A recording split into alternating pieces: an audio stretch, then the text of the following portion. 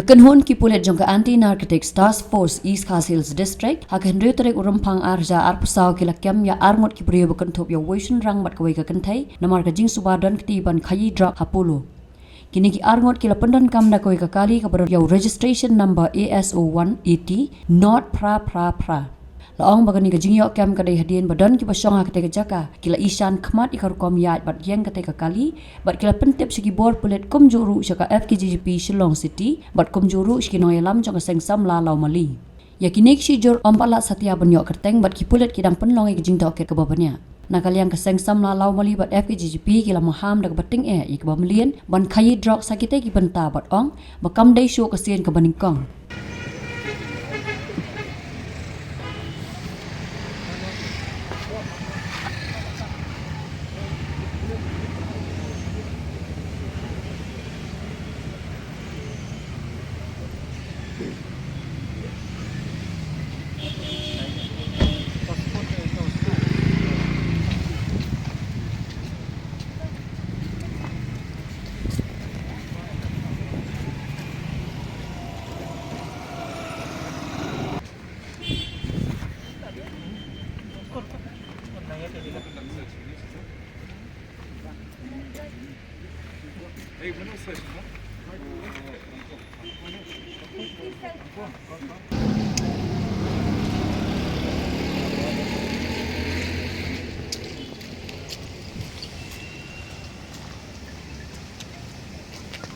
Ya ningkong Pak ban ai boleh nak kalian ke FGGP tunjuk ya di ya police department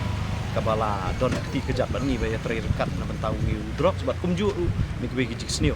bat kamtam ngi kwa ban ai boleh ru kumju ya kaseng samla bat ikador bar snong lu meli kabala don rekat ban ni kumju ni ke sport bengin tray bengin rat ningkong ni gigi sniu ya kindet nak kalian ke FGGP Shillong City ni kwa ban